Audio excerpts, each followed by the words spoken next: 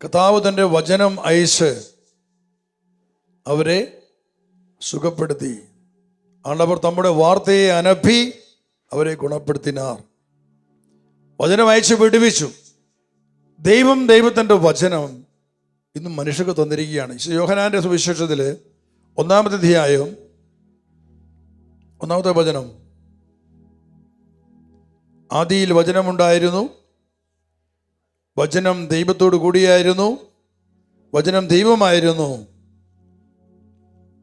ഇവിടെ വചനം പറയുകയാണ്, ആദിയിൽ വചനമുണ്ടായിരുന്നു, വചനം ദൈവത്തോട് കൂടെ ആയിരുന്നു, വചനം ദൈവമായിരുന്നു.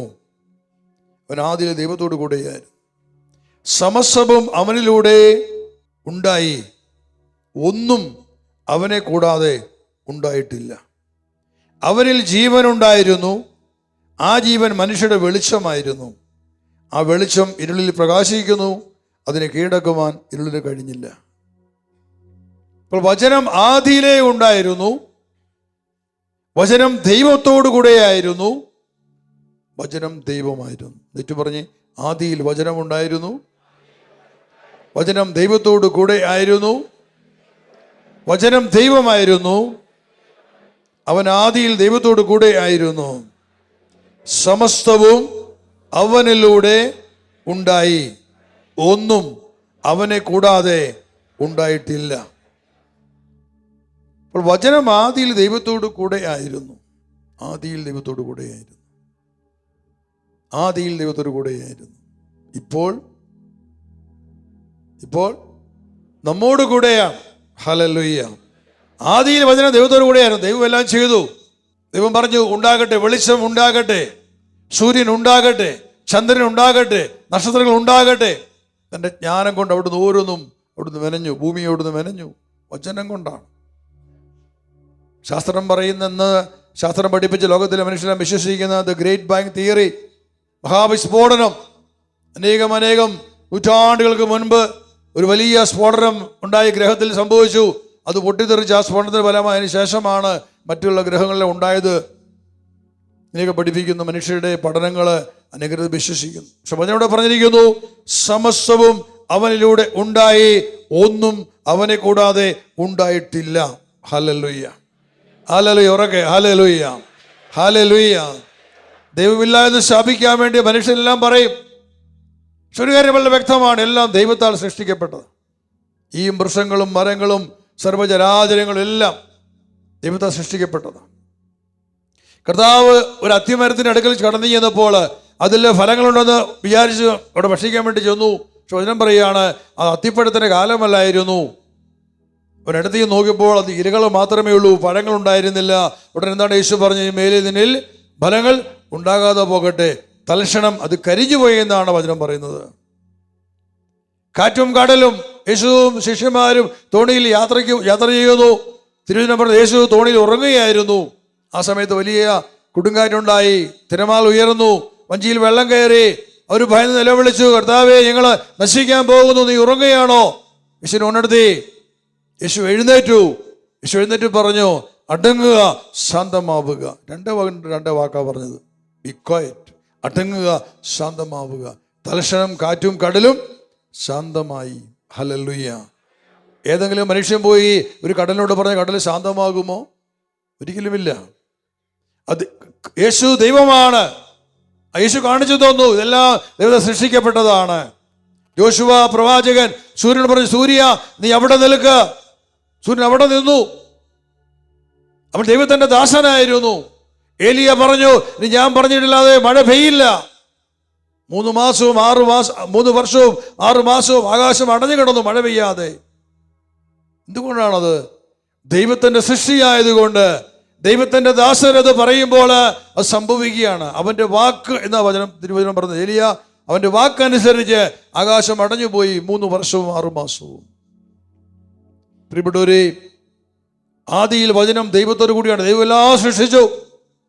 ആ വചനത്തെ ദൈവം നമുക്ക് തന്നു, മനുഷ്യന് തന്നു, തന്റെ ദാസന്മാർ കൊടുത്തു, പ്രവാചകന്മാർ കൊടുത്തു. യേശുക്രിസ്തുവിന് ശേഷം അപ്പോസ്തലന്മാരിലൂടെ ഈ വചനം ലോകത്തിലെ എല്ലാ മനുഷ്യർക്കുമായ ദൈവം പകർന്നു തന്നിരിക്കുകയാണ്. ഹല്ലേലൂയ. നമുക്ക് ഓരോരുത്തർക്കും ദൈവം തൻ്റെ വചനം തന്നിരിക്കുകയാണ്. എന്താണ് വചനം എന്ന് പറയുന്നത്? യോഹന്നാന്റെ സുവിശേഷത്തിൽ 6-ാമത്തെ അധ്യായം യോഹന്നാൻ 6:63 പറഞ്ഞിരിക്കുന്നു, ഞാൻ നിങ്ങളോട് പറയുന്ന വാക്കുകൾ ആത്മാവും ജീവനുമാണ്. ഹല്ലേലൂയ. എന്നിട്ട് പറഞ്ഞ്, ഞാൻ നിങ്ങളോട് പറയുന്ന വാക്കുകൾ ആത്മാവും ജീവനുമാണ്. ആത്മാവും ജീവനുമാണ്.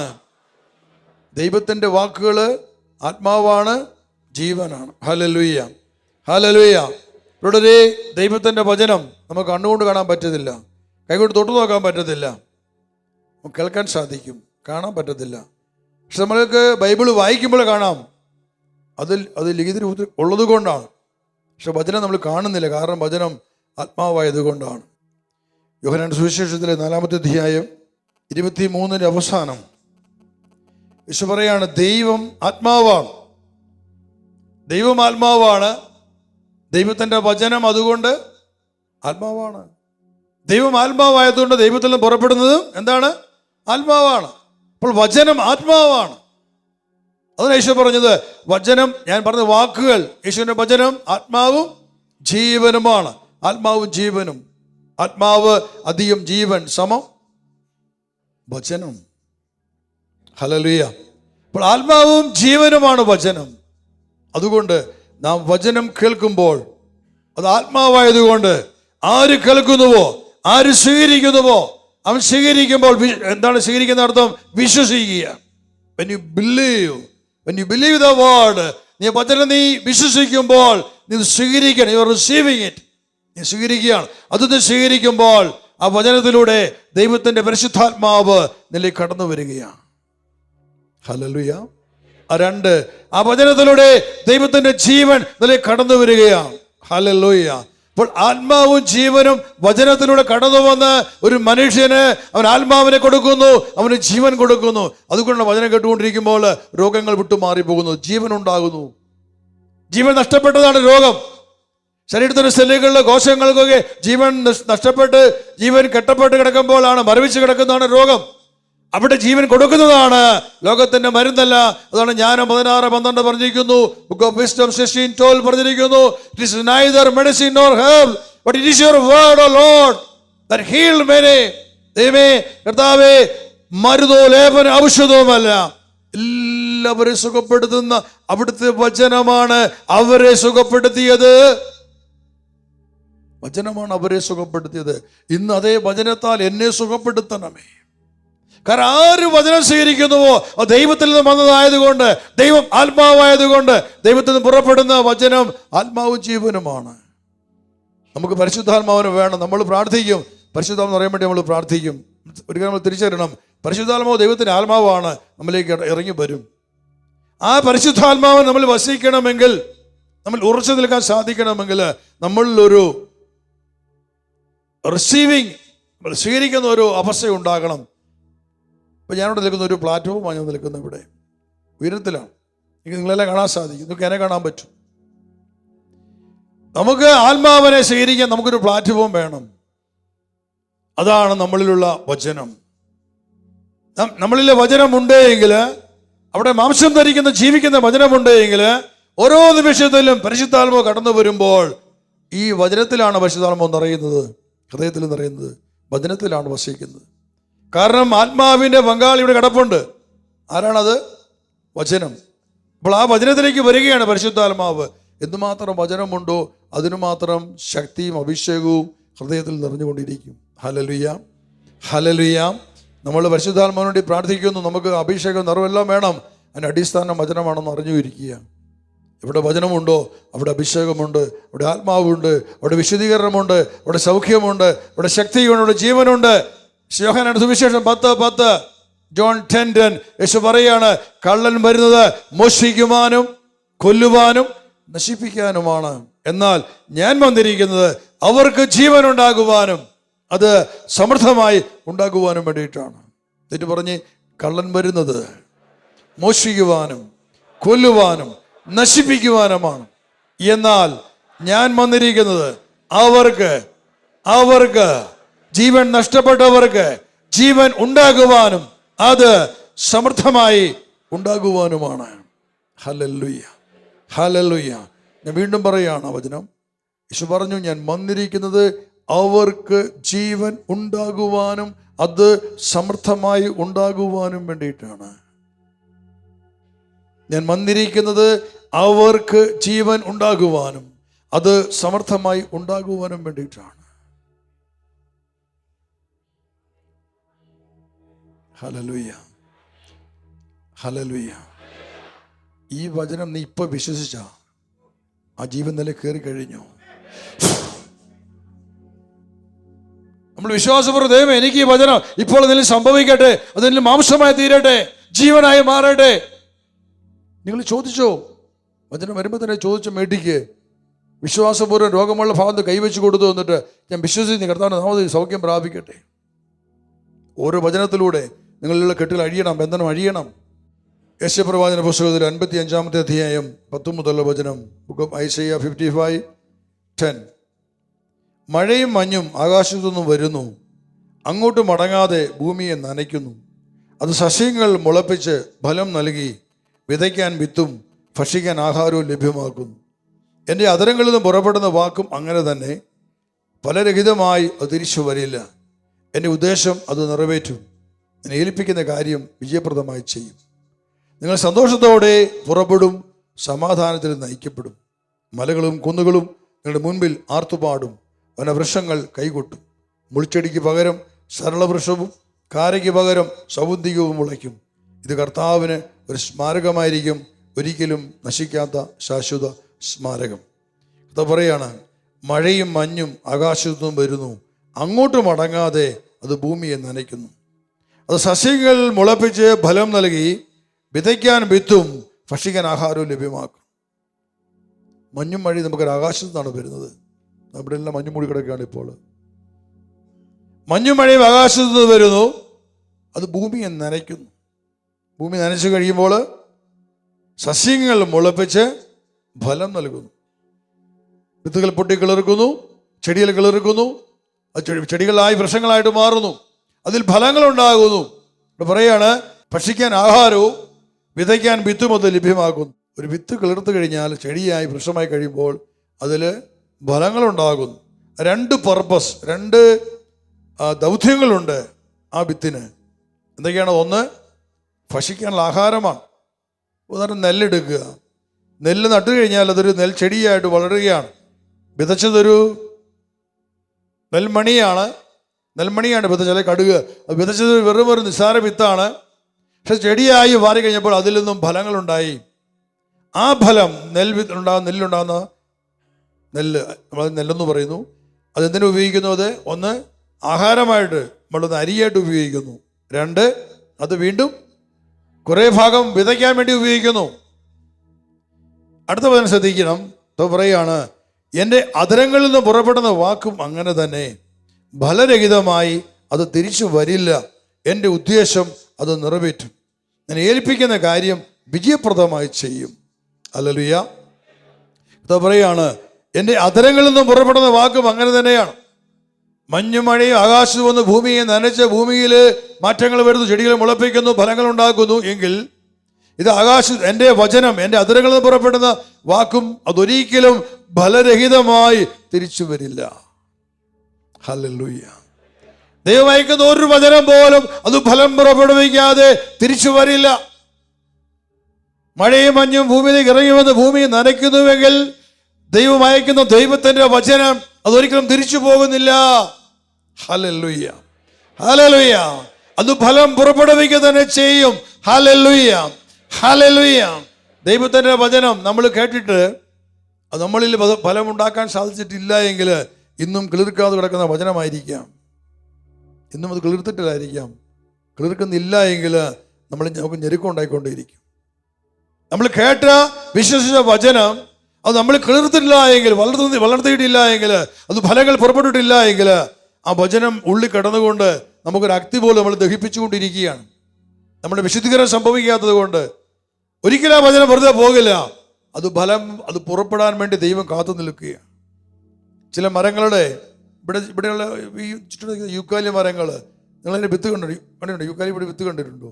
എത്രയോ വലിയ പൊക്കമുള്ള മരം. യൂക്കാലി എന്ന് പറഞ്ഞാൽ ഭയങ്കര പൊക്കമുണ്ട്.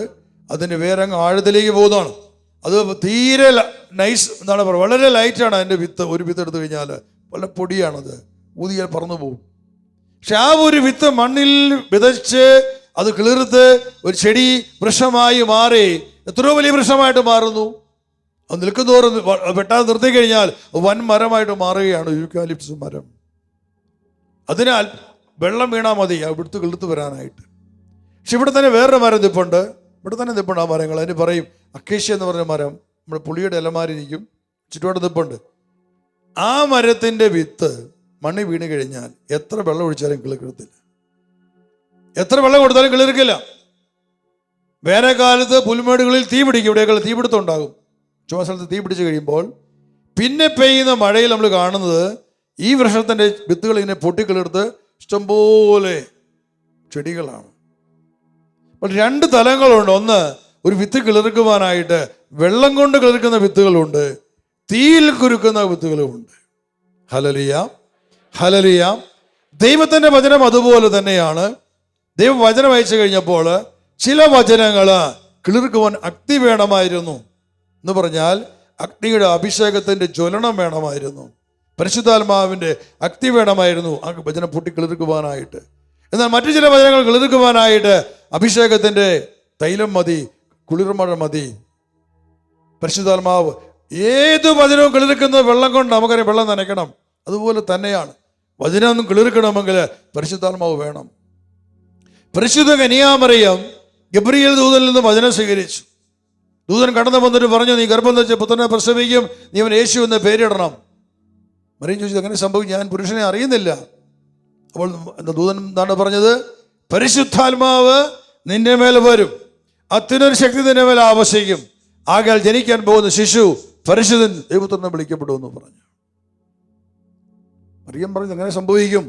അവിടെ ദൂതൻ വചനം കൊടുക്കുകയാണ്, നീ ഗർഭം ധരിച്ച് ഒരു പുത്രനെ പ്രസവിക്കും.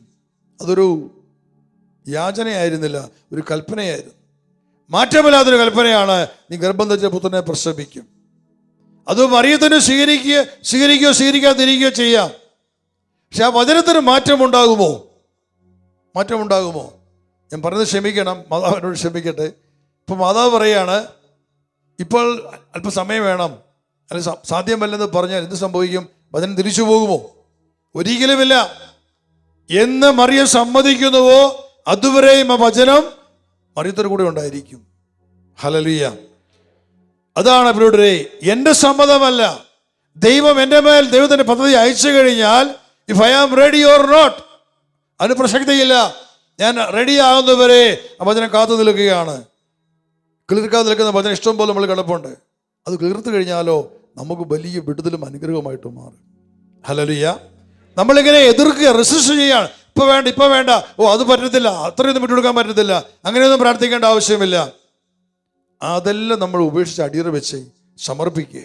പരിശുദ്ധ അമ്മയെ പോലെ ദൂതൻ വന്നു പറഞ്ഞു, നീ ഗർഭം ധരിച്ച് പുത്രനെ പ്രസവിക്കും. തനിക്ക് ഭർത്താവിലെ വിവാഹം കഴിച്ചിട്ടില്ല, അപ്പോഴാണ് പറയുന്നത് നീ ഗർഭം ധരിക്കുമെന്ന് പറയുന്നത്. എന്തൊരു അപകടകര അവസ്ഥയാണ്. ലോകം പറഞ്ഞു കഴിഞ്ഞാൽ ഇത് കന്യകയായിട്ട് ജീവിക്കുന്നവള് ഒരു പുത്രനെ ഗർഭം ധരിച്ചിരിക്കുന്നു. ലോകം എന്തൊക്കെയാണ് പറയുക, എത്ര ഹീനമായിട്ടാണ് ചിത്രീകരിക്കുക. കല്ലെറിഞ്ഞു കൊല്ലും, അതാണ് നിയമം, മോശയുടെ നിയമം. കല്ലെറിഞ്ഞു കൊല്ലണം അങ്ങനെയുള്ളവരെ. അപ്രകാരം മരണത്തിന്റെ ഒരു അവസ്ഥ മുമ്പിൽ നിൽക്കുമ്പോഴാണ് മറിയം പറയുന്നത്, ഇതാ കർത്താവിന്റെ ദാസി, നിന്റെ വാക്ക് എന്നിൽ നിറവേറട്ടെ. Hallelujah, hallelujah. തന്റെ മുമ്പിൽ മരണമാണെന്ന് അറിഞ്ഞുകൊണ്ട് തന്നെയാണ് മറിയം പറയാണ്, ദൈവത്തിന്റെ ഹിതമാണല്ലോ, ദൈവത്തിന്റെ വാക്കാണല്ലോ, ദൈവത്തിന്റെ മനസ്സാണല്ലോ, ദൈവത്തിന്റെ പദ്ധതിയാണല്ലോ. ഐ ആം റെഡി ഹിയർ, ഞാൻ തയ്യാറാണ്. ഒരു എതിർപ്പില്ല അവിടെ, ഒരു ചോദ്യം ചെയ്യലില്ല. ഇതാ കർത്താവിന്റെ ദാസൻ, here am I the servant of the lord, നിന്റെ വാക്കിൽ നിറവേറട്ടെ. മറിയമാണ് അടിയർ വെച്ച് വിട്ടുകൊടുക്കുകയാണ്. നമ്മൾ വചനം കേൾക്കുന്നത് നമ്മുടെ സൗകര്യാർത്ഥമാണ്. നാം തിരിച്ചറിയണം, തൻ്റെ മുമ്പിൽ മരണമാണെന്ന് അറിഞ്ഞുകൊണ്ട് തന്നെ എന്തു സംഭവിക്കാം ലോകത്തിൻ്റെ മുമ്പിൽ. അത് അറിഞ്ഞുകൊണ്ട് തന്നെയാണ് പരിശുദ്ധ മറിയം ദൈവത്തിൻ്റെ പദ്ധതിക്ക് മുമ്പിൽ ശിരസ്സ് നമിച്ചത്, ആ വചനത്തെ സ്വീകരിച്ചത്. ഇനി പരിശുദ്ധ മറിയം ആ വചനത്തെ സ്വീകരിച്ചു. സ്വീകരിക്കാൻ പറഞ്ഞ വാക്കിൻ്റെ അർത്ഥമാണ് she believed that word. To receive means to believe. സ്വീകരിച്ചത് വാക്കിൻ്റെ അർത്ഥം വിശ്വസിച്ചു എന്നാണ്. മറിയം ദൈവത്തിൻ്റെ വാക്ക് വിശ്വസിച്ചപ്പോൾ അത് ഹൃദയത്തിൽ വിതയ്ക്കപ്പെട്ടു. നമ്മളൊരു കാര്യം ശ്രദ്ധിക്കേണ്ടത്, കേട്ടുപോകാം, നമുക്ക് വിശ്വസിക്കാതിരിക്കാം. കേട്ടുപോകുന്നത് വഴിയിൽ വീണ വിത്തായിട്ട് മാറും.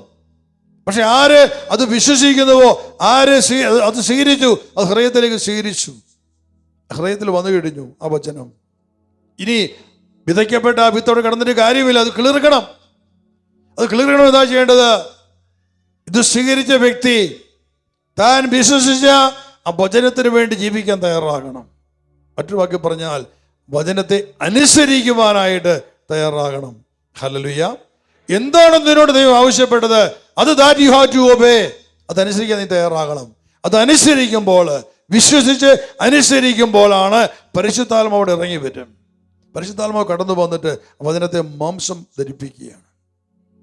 മറിയം സ്വീകരിച്ചു, വിശ്വസിച്ചു, അനുസരിച്ച് കഴിഞ്ഞപ്പോൾ അത് പരിശുദ്ധാത്മാവിൻ്റെ അഭിഷേകം കടന്നു വന്നു. ആ വചനം അവിടുത്തെ മാംസം ധരിച്ചു. Hallelujah, hallelujah. നമ്മൾ വചനം കേൾക്കുമ്പോൾ നമുക്ക് ഏറ്റവും ആവശ്യമാണ് പരിശുദ്ധാത്മാവിൻ്റെ സാന്നിധ്യം, പരിശുദ്ധാത്മാവിൻ്റെ നിറവ്. അവിടുത്തെ സഹായമില്ലാതെ ഒരു വചനം പോലും നമുക്ക് മാംസം ധരിപ്പിക്കാൻ പറ്റില്ല. അപ്പോൾ ദൈവത്തിൻ്റെ വചനത്തെ മാംസം ധരിപ്പിക്കുക. അങ്ങനെ മാംസം ധരിപ്പിച്ചു വിചാരിക്കുക. ഒരുവന് ഹൃദയത്തിൽ വചനം മാംസം ധരിപ്പിച്ചു എന്ന് പറഞ്ഞാൽ അവിടെ യേശു ആയി കഴിഞ്ഞു.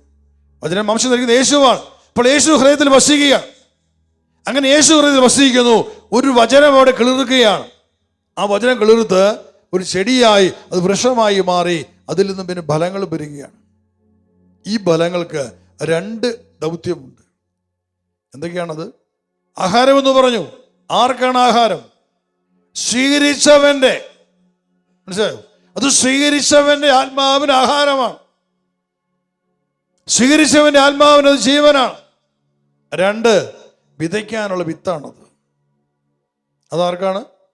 മറ്റുള്ളവർക്ക്. ഇതാണ് വചനത്തിന്റെ പ്രസക്തി. 1, വചനം സ്വീകരിക്കുന്നവന് അവന് ജീവൻ കൊടുക്കുന്നു, അവന് ശക്തി കൊടുക്കുന്നു, അവന്റെ ആഹാരമാണത്. അവൻ വീണ്ടും വീണ്ടും വചനത്തിൽ നിറഞ്ഞ് ജീവിക്കുമ്പോൾ, വചനം സ്വീകരിക്കുമ്പോൾ അവൻ്റെ ശരീരത്തിൽ ആത്മാവിലെല്ലാം ശക്തി പ്രാപിച്ചുകൊണ്ടിരിക്കുകയാണ്. 2, ആ സ്വീകരിച്ചവൻ ചെയ്യണം, തന്നിൽ നിന്ന് പുറപ്പെടുന്ന ഫലത്തെ അവൻ കൊടുക്കണം, പ്രഘോഷിക്കണം. You have to preach the word. ഈ 2 ദൗത്യങ്ങളാണ് ദൈവം ഏതൊരു വ്യക്തിയിലും നിശ്ചിതമാക്കിയിട്ടുള്ളത്. കർത്താവ് പറഞ്ഞു, എൻ്റെ അതിരുകളിൽ നിന്ന് പുറപ്പെടുന്ന വാക്കും അങ്ങനെ തന്നെ ഫലരഹിതമായി തിരിച്ചു വരില്ല. എൻ്റെ ഉദ്ദേശമോ നിറവേറ്റും, എന്നെ ഏൽപ്പിക്കുന്ന കാര്യം വിജയപ്രദമായി ചെയ്യും. നമ്മൾ പലപ്പോഴും ദൈവത്തിന് യേശു പറഞ്ഞിട്ടില്ലാത്തത് കൊണ്ട് വചനത്തിന് യേശു പറഞ്ഞിട്ടില്ലാത്തത് കൊണ്ട് നമുക്കിന്ന് ഞെരുക്കങ്ങളാണ്. ദൈവത്തിന്റെ വചനം കേട്ടിട്ട് അത് സ്വീകരിച്ചിട്ടുണ്ട്, പക്ഷെ അനുസരിച്ചിട്ടില്ല, അത് മാംസം ധരിപ്പിച്ചിട്ടില്ല. അതുകൊണ്ട് ഇന്നും വചനം കാത്തു കിടക്കുകയാണ്, അത് ജീവൻ വയ്ക്കാൻ വേണ്ടിയിട്ട്. അത് കേൾക്കാതെ വന്നുകൊണ്ടാണ് നമുക്ക് കൊടുക്കാൻ പറ്റാതെ പോകുന്നത്, നമുക്ക് ജീവൻ കിട്ടാതെ പോകുന്നത്. നമുക്കൊരു നിമിഷം കണ്ണിലടയ്ക്കാം. കർത്താവ് അയച്ച വചനം അത് നമ്മൾ വളർന്നേ പറ്റൂ, അത് കേൾത്തേ പറ്റൂ. ദൈവം എൻ്റെ ജീവിതത്തിൽ ഞാൻ വചനം കേട്ടുപോയിട്ടുണ്ട്, കേട്ടുപോകുന്നു പലപ്പോഴും. ചിലതൊക്കെ വിശ്വസിക്കുന്നു, ചിലതൊക്കെ തള്ളിക്കളയുന്നു. പൂർണ്ണമായിട്ടും വചനത്തെ വിശ്വസിച്ച് വചനത്തെ സ്വീകരിച്ച് അതേ വചനം എന്നിൽ എൻ്റെ ഭക്ഷണമായി മാറി ആ വചനത്തിൽ ജീവിച്ചുകൊണ്ട് എനിക്ക് ശക്തിയും ഉണർവും ഊർജവും നൽകുന്ന എൻ്റെ ആഹാരമായി മാറുമ്പോൾ, കർത്താവേ, അതേ വചനത്തിലൂടെ എന്നിൽ നിന്ന് പുറപ്പെടുന്ന നല്ല ഫലങ്ങൾ അത് ഞാൻ പ്രഘോഷിക്കണം. അത് കൊടുത്തിട്ടില്ല പലപ്പോഴും. അത് കൊടുക്കാതെ വന്നപ്പോൾ ആ ഒരു മേഖലയിൽ ദൈവം ഞാൻ തളർന്നു കിടക്കുകയാണ്. എന്നിലെ വചനത്തിൻ്റെ ശക്തി പ്രകടമാകുന്നില്ല. ഈ 2 ദൗത്യങ്ങൾ എന്നെ ഏൽപ്പിച്ച 2 ദൗത്യങ്ങൾ എനിക്ക് നിറവേറ്റാൻ കഴിഞ്ഞിട്ടില്ല കർത്താവേ. ഏറ്റു പറയുകയാണ്. വചനത്തെ ആഹാരമാക്കാൻ പറ്റിയില്ല, വചനത്തെ വിത്താക്കി കൊടുക്കാൻ പറ്റിയില്ല. എത്രയോ മക്കൾ കൊടുത്തിരുന്നെങ്കിൽ എത്രയോ പേര് രക്ഷപ്പെടുമായിരുന്നു, എത്ര വലിയ മാറ്റം ലോകത്തിൽ സംഭവിക്കുമായിരുന്നു കർത്താവേ. ഇതാ അവിടുന്ന് പറഞ്ഞു, ഞാൻ അയക്കുന്ന വചനം, അങ്ങനെ അതിൽ നിന്നും പുറപ്പെടുന്ന വചനം അതൊരിക്കലും ഫലമില്ലാതെ തിരിച്ചു വരില്ല. അവിടുത്തെ ഉദ്ദേശവും നിറവേറ്റും. അങ്ങ് ഏൽപ്പിക്കുന്ന കാര്യം വിജയപ്രദമായി ചെയ്യും. എൻ്റെ ജീവിതത്തിൽ മാംസം ധരിക്കാത്ത വചനത്തെ, ഞാൻ അനുസരിക്കാത്ത വചനത്തെ മാംസം ധരിപ്പിക്കുവാൻ അവിടുത്തെ പരിശുദ്ധാത്മാവിനെ അയക്കണമേ, അഗ്നി അയക്കണമേ. അഗ്നി ആവശ്യമുള്ളത് അഗ്നി കടന്നു വരട്ടെ, മഴ വേണ്ടത് മഴ കടന്നു വരട്ടെ. വിത്തുകൾ പൊട്ടി കിളിർക്കട്ടെ കർത്താവേ, ജീവൻ വയ്ക്കട്ടെ, ശക്തി ഉണ്ടാകട്ടെ. വളരട്ടെ ദൈവമേ, 100 മേനി ഫലങ്ങൾ പുറപ്പെടട്ടെ. കയ്യിൽ ഉയർത്തിപ്പിടിച്ച് തന്നെ സ്തുതിക്കാം നമുക്ക്. Hallelujah, hallelujah.